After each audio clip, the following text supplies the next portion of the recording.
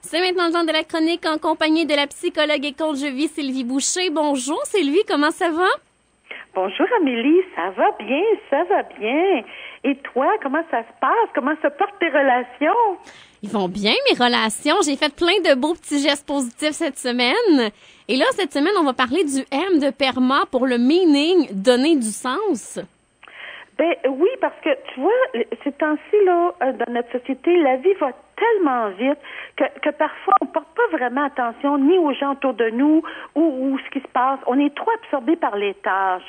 Et pourtant, quand on va être rendu vieille là, et qu'on va se bercer là sur notre balcon à 85 ans, c'est rare que les gens regrettent de pas avoir travaillé plus, de pas avoir fait plus de ménage, de pas avoir tondu le gazon plus souvent.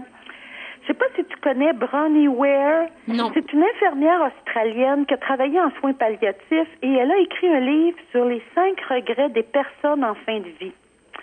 Elle mentionne que beaucoup de gens, surtout les hommes, regrettent d'avoir trop travaillé dans leur vie et que ça les avait empêchés de découvrir d'autres activités plus intéressantes.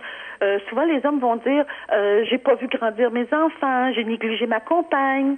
Alors, ce qui arrive, c'est que faut réfléchir tout de suite pour pas regretter à 85 ans ou en fin de vie. Alors, qu'est-ce qu'elle a remarqué, c'est que les gens disent à peu près tout le temps les mêmes choses de qu'est-ce qu'ils auraient aimé faire. Il y a 5 aspects, donc travailler moins.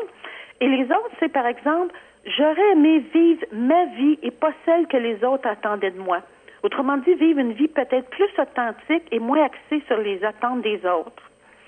Les gens vont dire aussi, j'aurais aimé avoir le courage d'exprimer mes sentiments. Qu'il s'agisse là de dire plus souvent aux gens qu'on les aime, on revient toujours à l'importance des relations, ou de m'affirmer plus souvent, au lieu de me taire par peur. Un autre regret, ou ce que les gens auraient aimé faire, c'est garder le contact avec mes amis. C'est quand je te disais les relations c'est important, là, ça revient encore et encore. J'aurais aimé aussi m'accorder un peu plus de bonheur. Comme si certaines personnes n'avaient pas réalisé que le bonheur, c'est un choix et que pour être heureux, là, il faut vraiment faire des choix qui nous nourrissent et éviter le plus possible les choix qui nous vident. Et les choix, pour qu'ils soient nourrissants pour nous, il faut qu'ils soient en relation avec nos valeurs profondes, nos convictions. C'est là qu'on en arrive au M de PERMA, le M pour meaning, c'est-à-dire quelque chose qui a du sens pour nous. Alors, les êtres humains, là, ils sont comme ça. Ils ont besoin de donner du sens à ce qu'ils font. Et il y a différents niveaux de sens. Là, on peut parler de petit sens, de grand sens.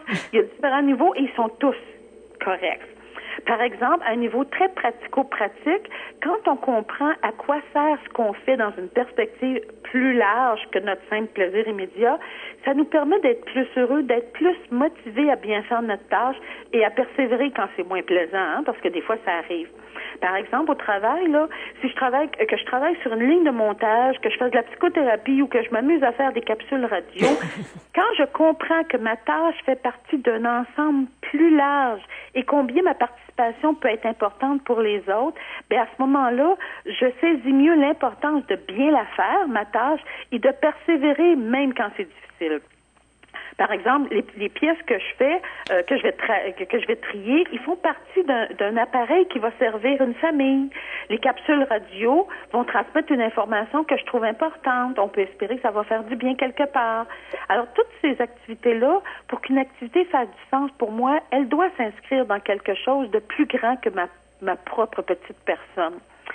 Donc, ça me permet de dépasser la notion de plaisir immédiat pour viser un but à plus long terme, évidemment en fonction des valeurs importantes et pour une cause qui dépasse ma petite personne. Est-ce que c'est pour ça, Sylvie, qu'on doit se fixer des buts des fois dans la vie? Ben entre autres, il y a une autre partie qu'on va voir une prochaine capsule parce que ça permet beaucoup de remplir un besoin d'accomplissement. Mais quelque part, effectivement, un but, normalement, c'est pas juste avoir du plaisir tout de suite, ça nous permet d'aller plus loin. Faut dans le fond, là, ce que je dis, là, c'est qu'il faut que ça dépasse la perspective de mon petit nombril, là, tu sais. Parce que sinon, ça revient aussi au fait que je crois que la vie peut avoir un sens. Que ça vaut la peine d'être vécu au-delà de mon petit plaisir immédiat que la vie peut m'apporter. C'est correct d'avoir du plaisir, mais faut que ça aille au-delà de ça. Ça veut pas dire qu'il faut que je devienne missionnaire en Afrique ou que je n'ai plus aucun plaisir, là. Au contraire. Mais on peut soit lui donner une perspective spirituelle. Hein. Des fois, les gens vont dire donner du sens à ma vie, ça a une perspective spirituelle. Et ça, c'est correct pour ceux qui le souhaitent. Mais même pour ceux qui veulent pas faire une démarche de type spirituel, donner du sens, c'est quand même important. Ça veut dire que c'est ça. Faut que j'arrête de penser juste à mon petit moi. Mais ça peut être très simple, là, comme par exemple aider des enfants à bien se développer, que ce soit les tiens, les élever comme parents ou donner un petit coup de pouce à la voisine. C'est quelque chose que les parents font quotidiennement d'aider leurs enfants. Pourtant, ils se lèvent pas le matin en disant je vais donner du sens. Et c'est pas toujours le fun. Mais ça a du sens pour eux autres. Donc, c'est pour ça que ça leur permet d'être capables de se lever tous les matins et de continuer. Ça peut être une contribution personnelle à la société, comme par exemple quand tu fais de la radio, tu apportes quelque chose à la société. Tu transmets des informations utiles, tu apportes un moment de détente qui est tellement important dans notre mode de vie. Alors oui, on l'espère que c'est agréable pour toi, mais ça va au-delà de toi. Alors, c'est bien beau, là, de faire des choses juste pour le plaisir, mais tu sais, le plaisir, là, il finit par passer tôt ou tard. Il y a un mécanisme d'habituation qu'on appelle. C'est pour ça que la voiture neuve, elle fun pendant un certain temps, puis à un certain moment, c'est comme, on en veut une autre, là. Alors, s'il fallait qu'on fasse que des activités agréables, il faudrait changer d'activité continuellement, parce que le fun finirait par passer. Je viens de faire excuse-moi, Sylvie, je viens de faire un lien dans ma tête. Est-ce que c'est un peu... Tu sais, de ma génération à moi, surtout, dans les relations amoureuses, quand on dirait que le début, le plaisir du début, puis là, les gens jettent la relation et passent à une autre. Ça m'a fait penser à ça quand tu as dit ça, si on faisait ça, que du plaisir, en fait, là. Ben, écoute, oui, parce que pour qu'une relation amoureuse dure, il faut que ça dépasse la notion de plaisir immédiat. Faut qu'il y ait une forme d'engagement. Faut que ça ait du sens. Par exemple, quand les gens viennent pour se séparer, ceux pour qui le couple et la famille fait du sens, ils vont persévérer plus longtemps pour faire des efforts. Mais quand ta simple notion, c'est le plaisir, ben, tôt ou tard, là, ton chéri, une journée, il est moins le fun. Parce qu'il ronfle, parce qu'il ne fait pas ses affaires à la même place, parce que cette journée-là, il n'a pas voulu t'apporter les fleurs que tu voulais ou aller faire du vélo comme tu voulais. Alors, si ta relation de couple n'a pas de sens, et on parle d'engagement aussi, là, ce qu'on a déjà parlé, ben, c'est sûr que tu vas décrocher. Mais en même temps, tu sais, faut pas penser que ça veut dire que de faire du sens, ça coupe nécessairement le plaisir, là. C'est pas ça du tout. Non. Au contraire même. Parce que tu vois, ce qui est assez intéressant, c'est que quand tu fais quelque chose qui a du sens, que ce soit une relation de couple, mais surtout une activité, que ce soit ton travail ou un loisir, quand ça fait du sens, c'est à ce moment-là souvent que tu t'engages vraiment dans l'activité. Tu sais, quand on parlait de l'état de flow, ben, l'état de flow, c'est ça, c'est d'embarquer dans une activité qui dépasse un peu le simple plaisir, mais dans laquelle tu es tellement engagé parce qu'elle est importante pour toi que tu oublies à peu près tout, y compris est-ce que j'ai du fun ou pas. Parce que tu es engagé dedans, tu vis du flow. Donc, il y a des bénéfices très, très personnels au fait là, de donner du sens.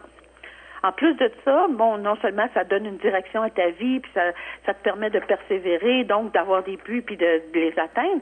On s'est rendu compte que quand tu donnes du sens, plus une personne va percevoir que sa vie a du sens, plus elle va adopter des comportements santé. Tu sais, la bonne alimentation, l'exercice physique, tout ça. Parce que si la vie n'a pas de sens, ça sert à rien d'en prendre soin. Mais si la vie a du sens, ben tu y fais attention, puis tu as envie d'être présent plus longtemps. Donc, tu fais plus attention à toi. Donc, ça réduit évidemment les comportements à risque. Hein. Tu fais un petit peu plus attention quand tu roules. Tu n'as pas être pressé, tu t'en vas pas à 300 000 à l'heure. Et tu fais attention, donc, si tu diminues les comportements de risque, ben, veux pas, le déclin cognitif là, et le risque de mortalité diminue eux autres aussi. Alors, plus la vie a du sens, plus tu prends soin de toi, c'est quand même le fun, hein? Ben oui. Et on a un petit questionnaire pour ça, là, que les spécialistes, entre autres M. Steger, qui est un grand spécialiste là, du sens de la vie, il y a un questionnaire là-dessus, il y a 10 items. Ça te permet, évidemment, tu sais, les chercheurs, il faut toujours qu'ils mesurent tout.